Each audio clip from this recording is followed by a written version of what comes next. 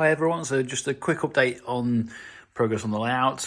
And it's been a bit slow past few months, been busy work, but today I've just started working on the wiring for the power to the track. I finally got hold of my box of Wagos connectors, which I've started using there. When I'm planning on doing it, I've got two lives here. I know that's red, but I've got the wires all the way around, so I've marked that as a earth with this black heat shrink.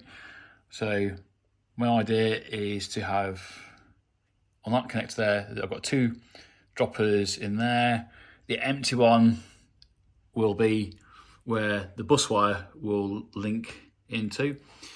From the end, I'm using these connectors here to connect each of my modules together. You'll probably see it better on this one actually.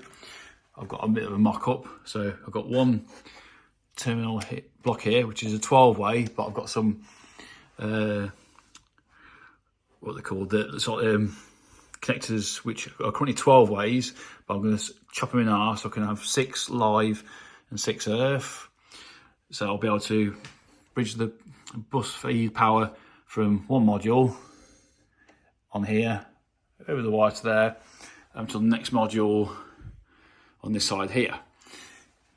Obviously the wire colours might be not correct, but that's just for illustration purposes on there. I'm using the Wagos 221 series connectors. Just close the lid down there. So I've got different sizes there. I've got 2 ways, 3 ways and 5 ways. So I'll be making use of those on the layout. I'm planning on running my main bus feed from here, potentially across the back there for that one side. And I'm going to run my lighting feed on this side, down this end. Let me spin around, just along that edge there. That's what I'm planning on doing. I'll also have a separate feed for the point motors, which will go in eventually. You can see the holes drilled in the Sunday board where the points will be fed through.